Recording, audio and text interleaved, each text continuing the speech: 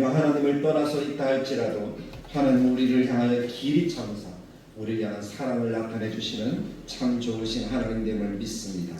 우리가 그 하나님의 큰 사랑 마음속에 새기며 우리 279장 인내하신 곳에 주여 내 말 들으사 죄인 오라 하실 때에 날 부르소서 주여 주여라고 함께 찬양 드리겠습니다.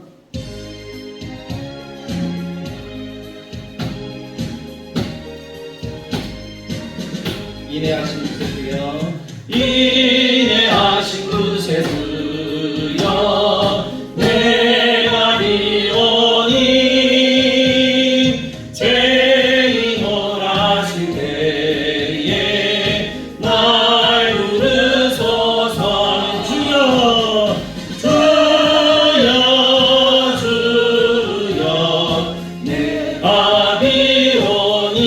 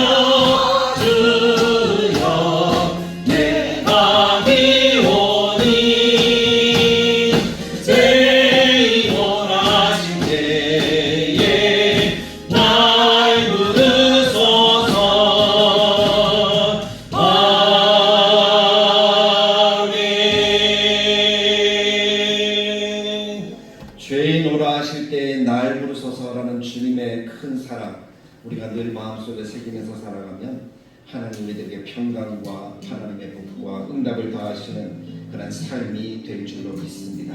우리 새함께 기도할 때 오늘 우리의 수요예배 가운데 주님이 함께 하시고 성령의 기름 부음을 더하시사 우리를 만나시고 만져주셔서 우리를 새롭게 하시고 우리가 날마다 하나님으로 인하여 새 힘을 공급받는 우리의 심령이 되도록 주님이 인도해달라고 먼저 기도하시고 두 번째 우리 교회를 위해서 우리 성도들을 위해서 우리 성도들의 건강과 삶의 안정을 통하여서 우리가 하나님께 예배하는 이 시간들을 놓치지 않도록 주님이 도우시고 인도해달라고 그렇게 기도하시고 또 우리 교회가 새들어 살고 있지만 때가 되어지면 또 월세를 올려달라 하는 그런 얘기들이 있습니다. 이번에도 월세를 올려달라 하는 그런 요청을 받았는데 연초에 기도할 때 저는 그렇게 기도했었어요. 월세를 올려달라고 하면 다른 곳으로 하나님이 보내신다는 신호인 줄 알고 그렇게 준비하겠습니다라는 그런 기도를 했던 적이 있었는데 한 번 더 하나님께 지혜를 구하면서 우리 성도들이 함께 기도하는 것들이 필요할 것 같아요.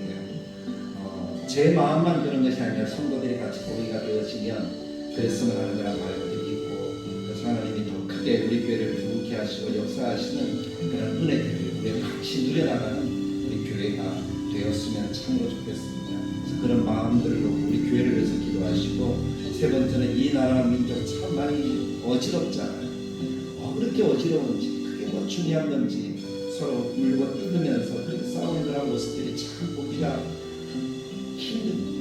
그런 정치적인 것들 이런 것들이 안정을 찾게 하시고 경제도 얼마나 힘들어지는지 기름값 연료값은 계속 값값이 오르고 물가는 오르고 우리가 살아가기 참 힘들어지는 것만 같아요. 그럼에도 불구하고 하나님은 다 이기게 하시겠지만 그 하나님 우리와 함께 하심이 참 감사하지만 이 모든 시기들을 잘 이겨갈 수 있는 우리 모든 성도들 또 이 나라 평강을 누릴 수 있도록 주님 인도해 달라고 우리 자신과 예배와 우리 교회와 성도들과 이 나라 민족을 위해서 같이 기도하시겠습니다. 참 좋으신 하나님 아버지에 대해 감사합니다. 오늘 우리를 하나님의 저도로 보내셔서 하나님께 예배하게 하시고 하나님의 은혜를 구하게 하시니 감사합니다. 우리를 구원하신 하나님의 사랑이 우리의 가슴 속에 있게 하시고 우리를 부르신 하나님의 큰 사랑을 마음속 깊이 새기면서 하나님의 은혜와 하나님의 긍휼과 하나님의 자비하신 가운데 우리가 하나님 앞에 온전한 예배로 나아갈 수 있도록 우리를 도와주옵소서. 우리에게 긍휼을 나타내 주시사 하나님의 뜻과 하나님의 자비하심이 충만하게 넘치는 우리의 삶이 되기를 원합니다. 하나님이 기뻐하시는 삶의 역사들을 누리며 하나님 옆에 나아갈 수 있도록 도와주시고 우리를 새롭게 하셔서 하나님 허락하신 복락을 누리기에 부족함이 없는 우리의 삶이 되도록 오늘 예배 시간에도 우리를 만나주시고 우리를 통해서 영광 받으시는 하나님의 역사가 나타나도록 도와주시옵소서. 그들에게 성도들을 주님이 기억하시고 참으로 그랬지만 하나님께 신실하고 충성된 분들은 하나님을 더 뜨겁게 열정적으로 달려가는 우리의 심령이 되게 하시고 가정과 직장과 환경 속에 안정을 찾게 하시고 하나님을 예배하고 하나님을 만나야 될 때 그 시간들을 놓치지 않도록 주님이 돌보아주시기를 원합니다. 우리 교회 문제들도 주님이 아십니다. 하나님 이곳에서 우리가 5년 동안 있었는데 하나님 우리가 더 풍성하고 성장하며 하나님의 더 큰 역사를 이루기 위해서 하나님 더 나은 환경들이 우리들에게 필요한 걸 주님이 아시오니 하나님 우리들에게 기회를 주셔서 하나님 우리가 하나님께 지혜를 구하여서 이 시기에 하나님의 뜻을 묻사오니 하나님의 뜻을 나타내 주시고 사는 소망이 넘치게 하시고 하나님의 자비가 넘치게 하시고 하나님이 기뻐하시는 사랑으로 아름다운 역사하심이 우리 가운데 나타나도록 우리 교회의 길을 주님이 열어주시기를 원합니다. 하나님 이 나라 민족을 불쌍히 여기시고 서로 물고 뜯고 싸우는 그런 모습들이 보기 힘듭니다.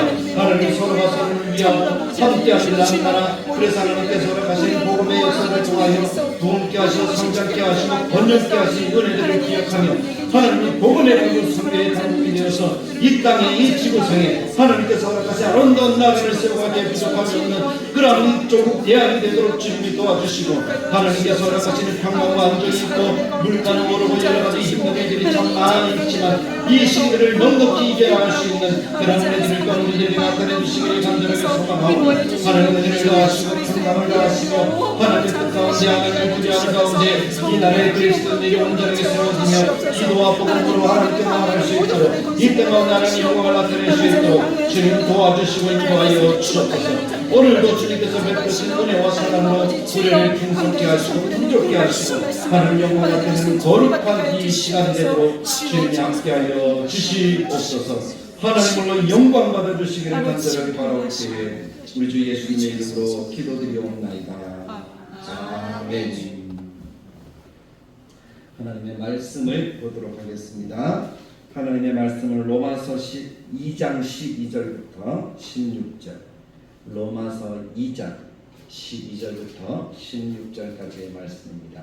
신약성경 240페이지 로마서 2장 12절 다 찾으신 줄 알고 우리 같이 한 목소리로 말씀을 천천히 읽겠습니다. 무릇 율법 없이 범죄한 자는 또한 율법 없이 망하고 무릇 율법 있고 범죄한 자는 율법으로 말미암아 심판을 받으리라. 하나님 앞에서는 율법을 듣는 자가 의인이라고 오직 율법을 행하는 자가 의롭다 하심을 얻으리니 율법 없는 이방인이 본성으로 율법의 일을 행할 때에는 이 사람은 율법이 없어도 자기가 자기에게 율법이 되고 이런 이들은 그 양심이 증거가 되어 그 생각들이 서로 혹은 고발하는 혹은 변명하는 그 마음에 새긴 율법의 행위를 나타냅니다. 곧 나의 복음의 이른 바와 같이 하나님이 예수 그리스도로 말미암아 사람들의 은밀한 것을 심판하시는 그 날이다. 아멘. 오늘 이 말씀을 중심으로 제목은 중요한 것을 행하는 것이라고 이렇게 적어보았지만 원래 제목은 아는 것과 사는 것이라는 제목으로 말씀을 준비했었습니다. 아는 것과 사는 것. 똑같은 것 같지만 좀 다른 차원의 문제겠죠. 그래서 우리가 안다고 해서 다 되는 것이 아닙니다. 아는 것을 실천하는 것이 중요하다 하는 이 사실을 마음속에 새기면서 오늘 이 말씀을 가슴에 새겨볼 수 있기를 원합니다. 우리는 수요일마다 지금 로마서 말씀을 공부하고 있습니다. 로마서는 16장까지 말씀으로 이루어져 있는데 16장까지 말씀이 주옥과 같은 복음에 대한 이야기예요. 로마서만 잘 알면 사실 우리가 흔들릴 일이 없습니다. 시험받을 일이 없고 미혹될 일이 없습니다. 그만큼 로마서는 중요한 복음의 진리들을 우리들에게 전하여주는 말씀입니다. 그런데 이 로마서 말씀이 어떻게 우리에게 전해지게 되었을까 하는 것들을 우리가 먼저 1장을 통해서 이해를 조금 했습니다.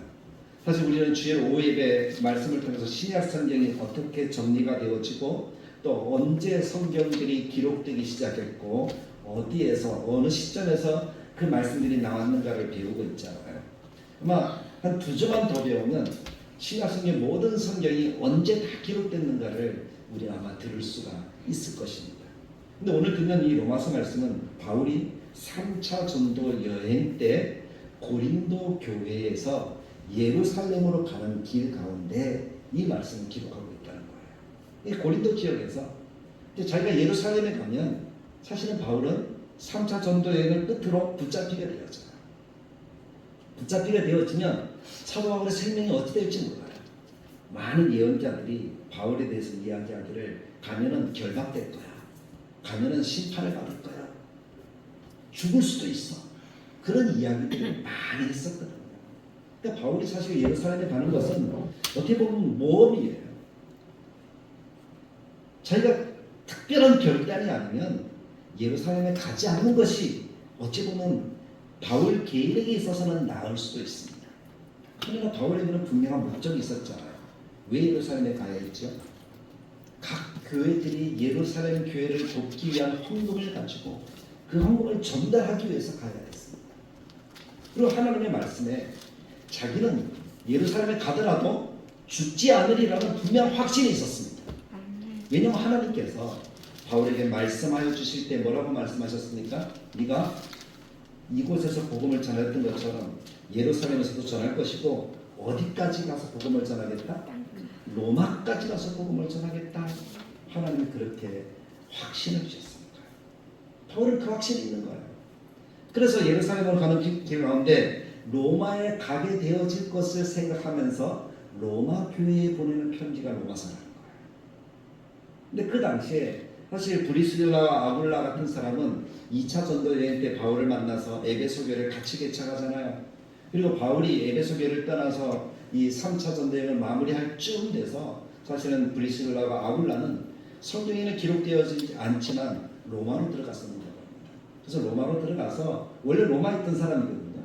근데 어떤 황제에서 추방되었었는데 그리스도인이라는 이유 때문에 추방되었었는데 그 황제가 바뀌면서 네로라는 사람이 들어서면서 다시 들어간 거예요. 그래서 그곳에서 하나님의 교회를 세우고 개척을 하고 예수 믿는 사람들과 함께 공동체를 이루었다는 사실을 로마서 16장을 보면 우리는 알 수가 있어요. 브리스길라와 아굴라와 그의 가정에 있는 성도들에게 문안하라 하는 그 말씀을 보면 이 사람이 가서 복음을 전해서 그 가운데 많은 성도들이 있었구나라는 것을 알 수가 있죠. 바울이 그 얘기를 전해드린 거예요.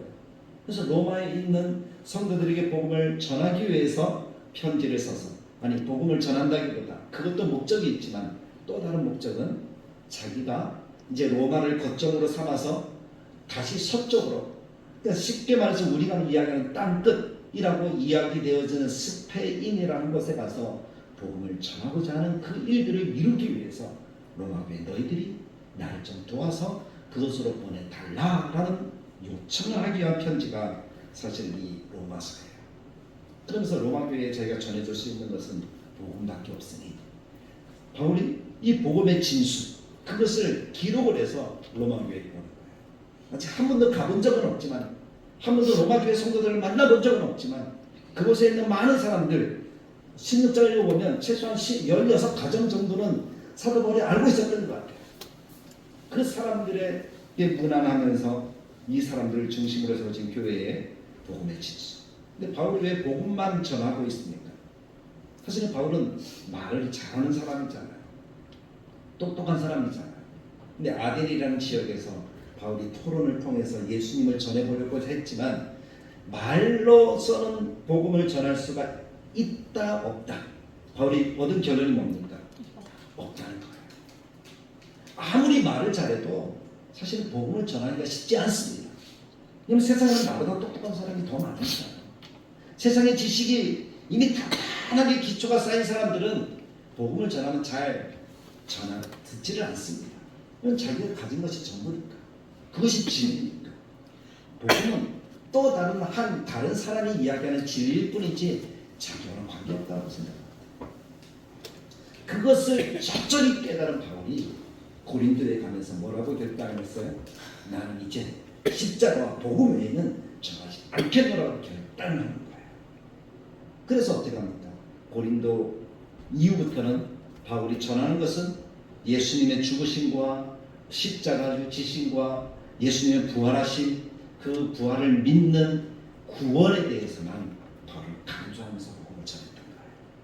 그것이 이 로마서의 기록이 되고 있다는 거죠.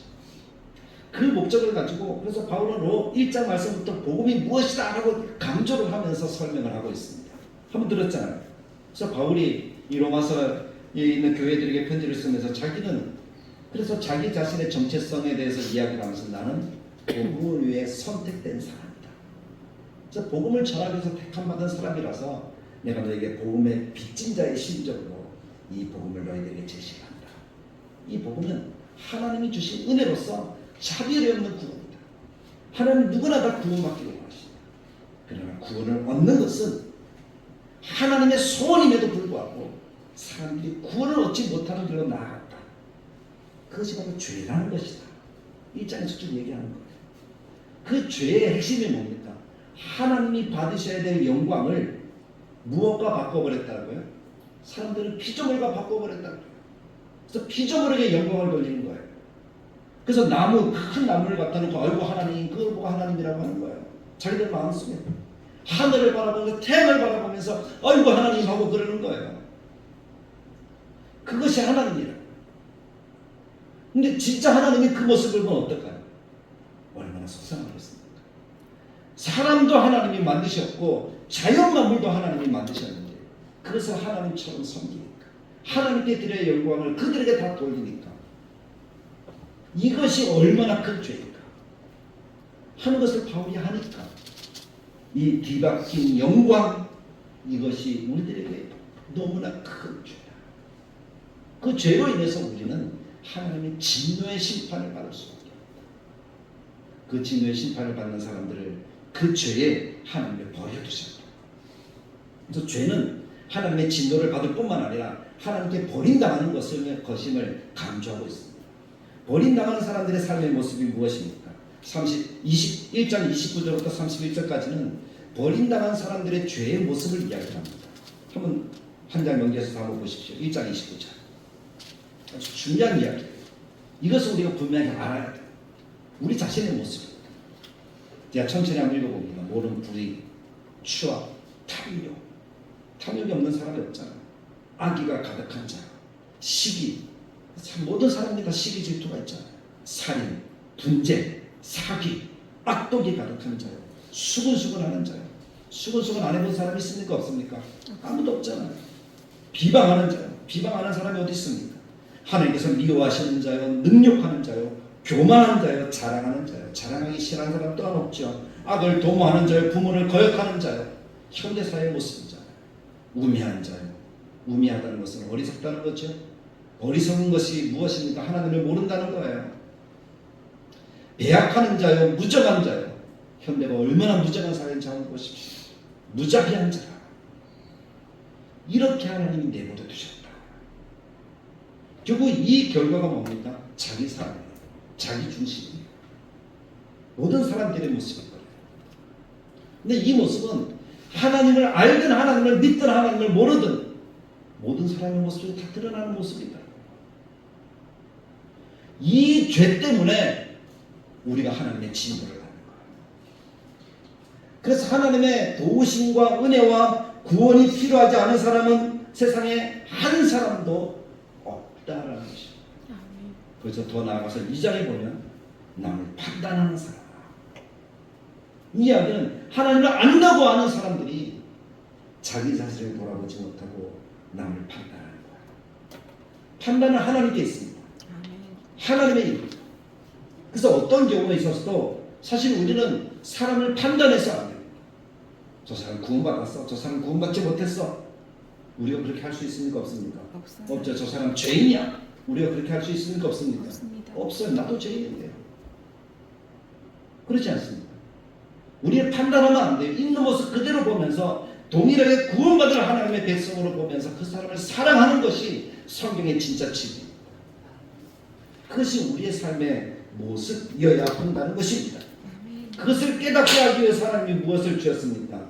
이 성경을 주신 거예요. 성경을 주신데 성경을 읽으면서도 사실 우리는 성경을 잘 그대로 살아갑니까? 살아가지 못합니다. 못하. 성경 읽으면서도 무슨 뜻인지 몰라가지고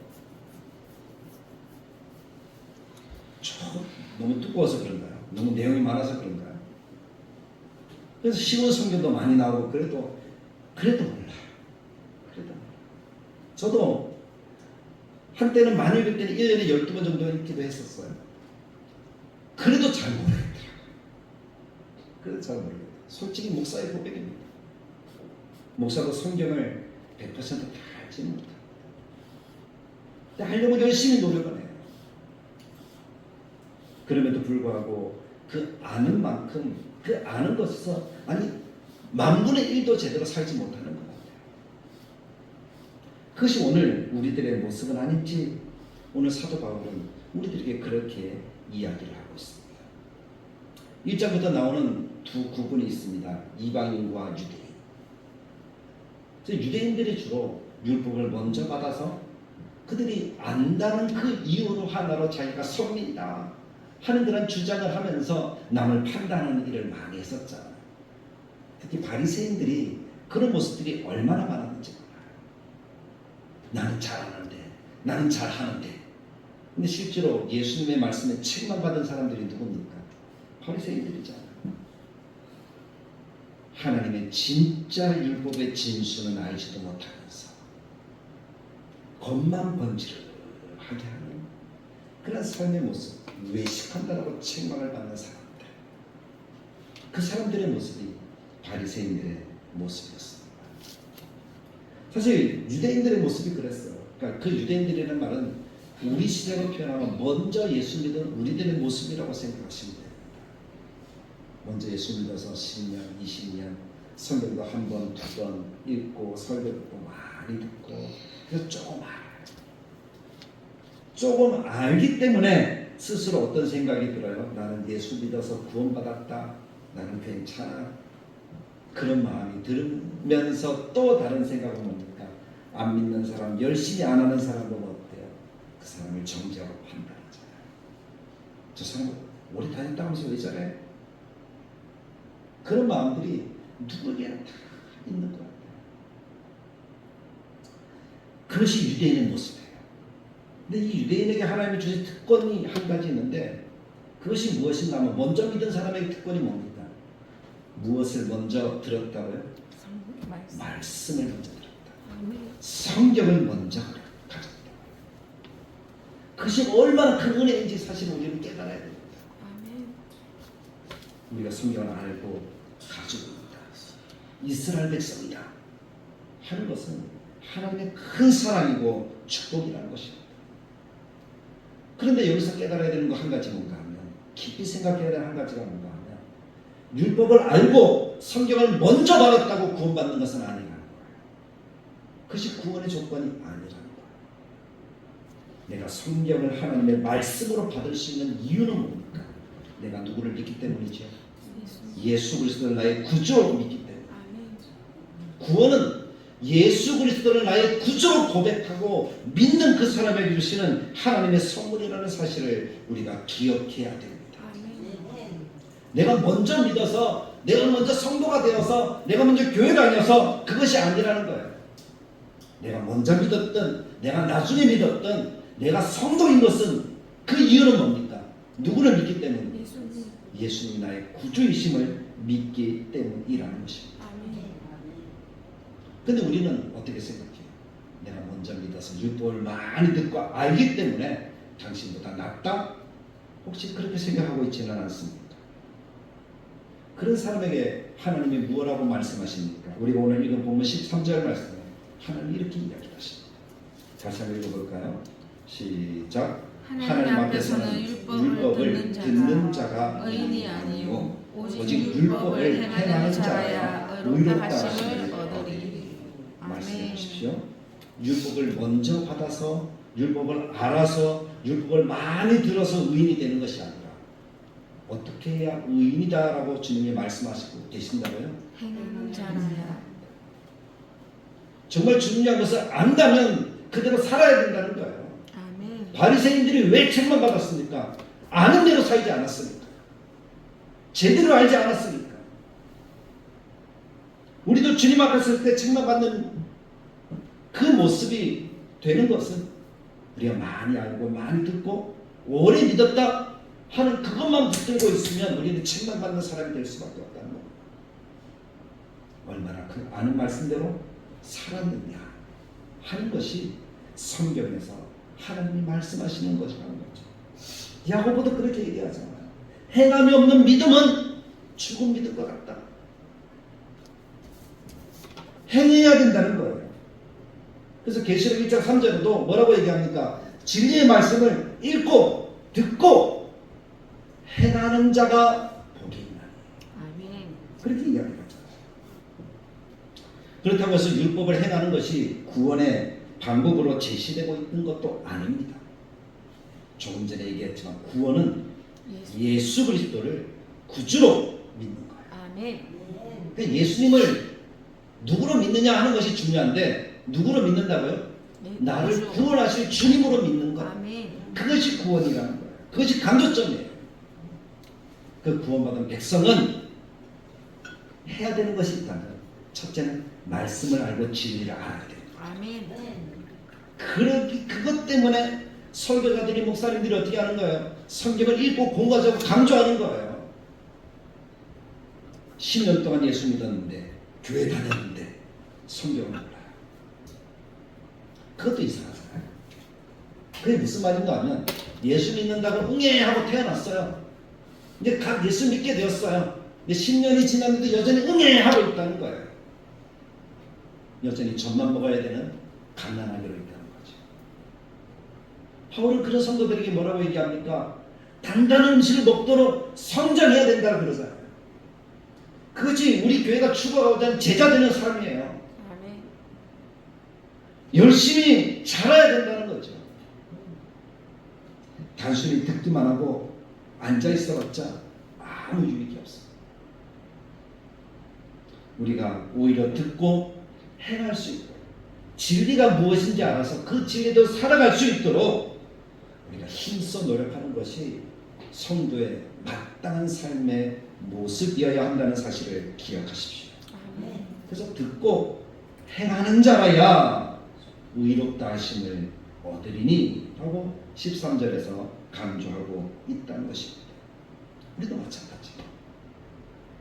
우리가 예수 그리스도를 구주로 믿어서 구원받은 하나님의 자녀가 되었다면 기억하십시오. 믿음은 들음에서 나고 들음은 하나님의 말씀으로 말미암습니다. 아멘. 하나님의 말씀을 들음으로 믿게 되어진다. 아멘. 그 사람이 구원받는 거잖아요. 그럼 하나님의 말씀을 들음으로 구원받았다면 구원받은 사람은 다시 돌아가서 말씀을 듣고 그것을 지켜 행하는 삶을 살아야 된다 하는 것을 성경은 믿는다라는 말의 전제로 기초로 깔고 있다는 거예요. 듣고 행하는 자. 그런 삶들을 살아가도록 힘써야 될 줄로 믿습니다. 아멘. 그런데 안타까운 것은 현대 많은 성도들의 모습을 보면 잘 듣는 것 같아요. 그래서 은혜를 알아요. 아, 목사님 말씀이 은혜롭다 하는 것을 알아요. 그리고 얘기를 해요. 근데 문제는 뭡니까? 은혜로운데 뒤로 돌아서면 예배당을 빠져나가면 어떻다는 거예요? 하나도 기억 안 난다는 거예요. 들을 때는 좋은데 듣고 나서 아무것도 기억 안 난다는 거예요. 그러니까 초점이 잘못된 거예요. 자꾸 들으려고 하는 것이 아니라 사실 우리들의 삶은 듣고 나서 내가 어떻게 살아야 할까를 고민해야 한다는 거지. 근데 목사들도 책임 있는 것 같아요. 저희 책임도 있어요. 잘 듣게 하려고만 애를 썼어요. 그래서 어떻게 살아라고 말해주지 않았어요. 그러니까 성도들이 오랜 세월 한국교회가 120년 뭐 이렇게 돼가고 있지만 넘어서고 있지만 여전히 한국교회는 뭡니까?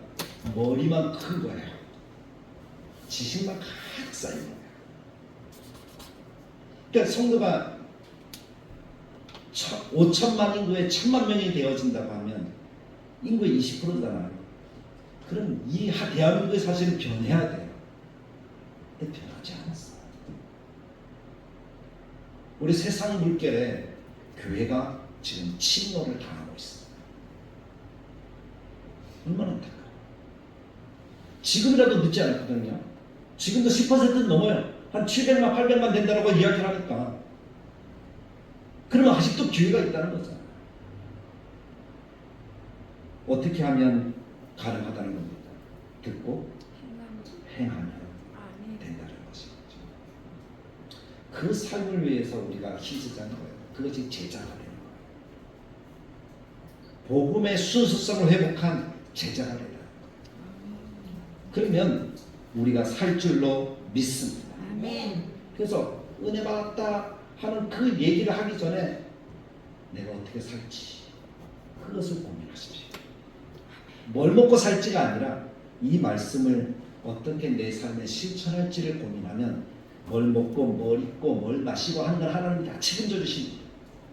그게 하나님 나라와 의를 구하는 그리스도인의 삶의 모습이라고 저는 믿습니다. 아멘. 그래서 오늘 설교를 들으면서 나는 이 말씀을 가지고 어떻게 살까를 고민하십시오. 오늘 말씀의 핵심은 뭐예요? 내가 어떻게 살아야지 하는 것을 생각하자는 거예요. 그리고 우리가 들은 내 설교들이 조금씩 기억날 거 아니에요. 어떻게 살아야 될까? 그래, 사람으로 살아야지. 열심히 말씀을 연구해야 되겠구나. 그런 거 한 가지 한 가지를 내가 깨달아가면, 깨달았으면 그 다음부터 어떻게 하면 되죠? 하나하나 스텝 바이 스텝 한꺼번에 다 하려고 하면 할 수 있습니까? 없습니까? 없어요. 못해요. 예수님도 못해요. 하나 그렇게 하다 보면 어느샌가 우리는 예수님 닮은 그리스도인으로 서 있는 줄 믿습니다. 아멘. 그것을 하나님께서 원하시는 거예요. 그것을 하나님께서 기뻐하시는 거예요. 그래서 13절에 하나님 앞에서는 율법을 듣는 자가 의인이 아니요 오직 율법을 행하는 자라야 의롭다 하심을 얻으리니 하고 강조하고 있다는 것입니다. 그래서 유대인 되었다, 먼저 믿었다 하는 것은 내가 살아야 되는구나, 내가 제대로 살아야 되는구나 하는 것을 의미한다는 사실을 우리의 가슴속에 오늘 새기면 좋겠어요. 아멘. 그리고 14절부터 이방인에 대한 이야기가 나오는데 이 이방인은 하나님을 전혀 모르는 예수님을 믿지 않는 이방인이라기보다 예수님을 믿는 이방인. 왜냐하면 로마서 말씀이나 이 사도 바울이 기독하는 당시에 각 교회에 가서 복음을 전할 때 항상 문제를 일으켰던 사람들이 누구예요? 유대인들이잖아요. 할례를 이야기하고 바울이 가짜라고 이야기하고 그런 사람들은 다 유대인이었어요. 그리고 그 유대인들이 하는 얘기가 지금 예수 믿고 있는 그 갈라디아 교회, 고린도 교회, 뭐 에베소 교회 이런 사람들을 뭐라고 얘기했어요? 율법이 없는 사람이라고, 이방인이라고 이렇게 이야기를 했거든요. 그래서 이 말씀은 하나님을 예수를 구주로 믿는 사람들인데 아직 성경, 구약 성경의 진리를 잘 듣지 못해서 모르는 사람들이에요. 근데 그 사람들도 설교 말씀을 듣다 보면 그리스도인다운 그런 사람들을 조금씩 살아갑니까? 못 살아갑니까? 살아가게 되죠. 바울은 그 사람들이 유대인보다 하나님이 보실 때는 훨씬 낫다라고 이야기를 하고 있습니다. 그들의 양심이 깨닫게 한다는 거예요. 그래서 하나님의 말씀대로 순종하려고 더 애쓰는 그런 사람들을 살아간다는 것이죠. 유대인이다, 먼저 믿었다 하는 사람보다 훨씬 뛰어난 사람들이다. 훨씬 하나님께 복받을 사람들이다 라고 바울이 강조하고 있는 것입니다. 왜 그렇습니까? 하나님의 말씀 들은 대로 그들은 조금이라도 살려고 힘쓴다는 거예요. 그래서 오늘 우리가 이 말씀을 가슴속에 새기면서 하나님이 우리들에게 주신 이 말씀을 들을 때 우리도 이제부터는 그렇게 생각하셨으면 좋겠어요. 이 말씀을 듣고 이 말씀대로 내가 어떻게 살까? 나는 이 말씀대로 어떻게 살까? 그것을 한 가지씩만 생각하면 돼요. 그래서 한 주간 동안 그 한 가지만 실천하면 돼요. 그러다 보면 1년에 52가지를 실천할 수 있어요. 아멘. 와, 대단하지 않습니까? 1년에 52가지 성경 말씀대로 살아가는 거예요. 하나님 보실 때 얼마나 기쁠까? 그렇지 않겠습니까? 그런 삶의 모습을 회복하는 것이 참된 그리스도인의 모습이 되어져야 한다. 근데 내 힘으로 안 되니까 성령님의 도우심을 구하면서 기도하는 거예요. 하나님 나를 도와주세요. 나를 도와주세요. 그러면 나는 하나를 살려고 애썼는데 하나님이 2개도 살게 하시고, 그러면서 하나님의 더 큰 복을 받는 평강하고 아름다운 그러한 삶을 살아가는, 예수님을 닮은 제자로서 살아가는 그러한 그리스도인들이다. 그렇게 되어져 가는 거예요. 아멘. 그럼 주님이 오실 때 오늘 16절에 뭐라고 이야기합니까? 심판하시는 그날이다. 끝에 이렇게 이야기하잖아요. 곧 나의 복음의 이름과 같이 하나님이 예수 그리스도로 말미암아 사람들의 은밀한 것을 심판하시는 그날이라. 그날이 되어다. 두렵지 않은 거예요. 아멘. 우리 아멘 주 예수여 오시옵소서라고 하는 요한의 고백처럼 우리도 그런 고백을 하게 될 줄로 믿습니다. 아멘. 사랑하는 성도 여러분, 여러분들은 당장 예수님 오시면 좋겠습니까? 좀 안 좋겠습니까? 좋아요. 좋겠습니까? 아멘하게 가셔야겠죠. 조금 미련이 남아도 예수님이 당장 오시면 더 좋겠어요. 그럼 하나님 나라 가잖아. 아멘. 할렐루야. 그런 하나님의 은혜들을 우리가 누릴 수 있도록 우리가 오늘부터 다시 마음을 가지고 내가 예수 믿는 사람으로 어떻게 살아갈까? 그렇게 고민하면서 예수님의 제자 되기 위해서 열심히 달려가는 우리 모두가 될 수 있기를 간절하게 축복합니다. 아멘. 찬송 540장 찬양 드리겠습니다. 저는 이 말씀을 준비해서 마음에 드는 생각이 하나 있었는데, 우리 성도 가운데 몇 사람은 1:1 제자 양육을 좀 시켜야 되겠다, 그런 생각이 좀 드는 거예요. 혹시 수요일에 나오시는 분 가운데 1:1로 제자 공부를 하고 싶으신 분이 있으면 우리가 하는 공부 외에 제자 공부에서 그거는 특별한 교재를 가지고 개인 경험 훈련을 도와드리는 것이 되는데, 하고 싶으신 분이 있으면 원래 이야기를 하면 남녀가 1:1로 하지는 않습니다. 제 집사람 같이 동참하고 다른 사람도 동참해서 그렇게 할 겁니다. 그래서 성도 간에 그런 제자가 되어지는 훈련들을 좀 이렇게 하고 싶다, 해야 되겠다는 마음을 하나님이 주시더라고요. 그래서 그것이 우리 위해 필요한 분들이 몇몇 분 하나님의 머릿속에 생각나게 하셔야 돼요. 그 분들에게 제가 개인적으로 연락하지 않더라도 그분들도 동일하게 깨달았지 않을까 하는 그런 생각이 들어요. 그래서 그리스도인다운 삶을 살아갈 수 있도록 훈련되어지는 그런 일들을 같이 하면 참 좋겠다. 그런 마음을 주시는데 같이 동참할 수 있기 원합니다. 540장 우리 1절 4절 찬송 드리겠습니다.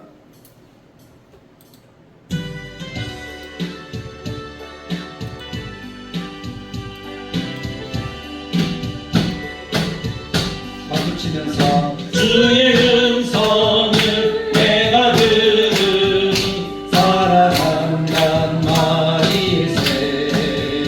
믿는 마음으로 주께 맡고 나를 영접하소서. 내가 매일 십자가 앞에 떠나가리. 구세주의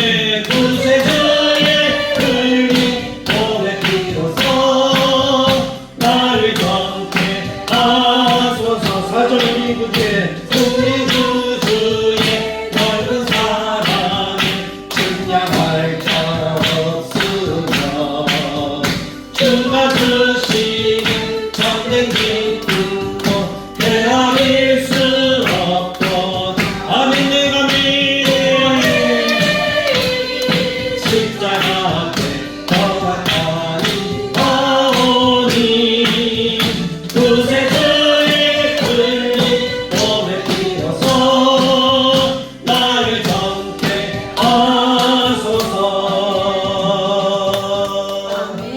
아멘. 주기도문 하겠습니다. 하늘에 계신 우리 아버지여, 이름이 거룩히 여김을 받으시오며 나라가 임하시오며 뜻이 하늘에서 이루어진 것 같이 땅에서도 이루어지이다. 오늘 우리에게 필요한 양식을 주시옵고 우리가 우리에게 죄 지는 자를 사하여 준 것 같이 우리 죄를 사하여 주시옵고 우리를 시험에 들게 하지 마시옵고 다만 악에서 구하시옵소서. 나라와 권세와 영광이 아버지께 영원히 있사옵나이다.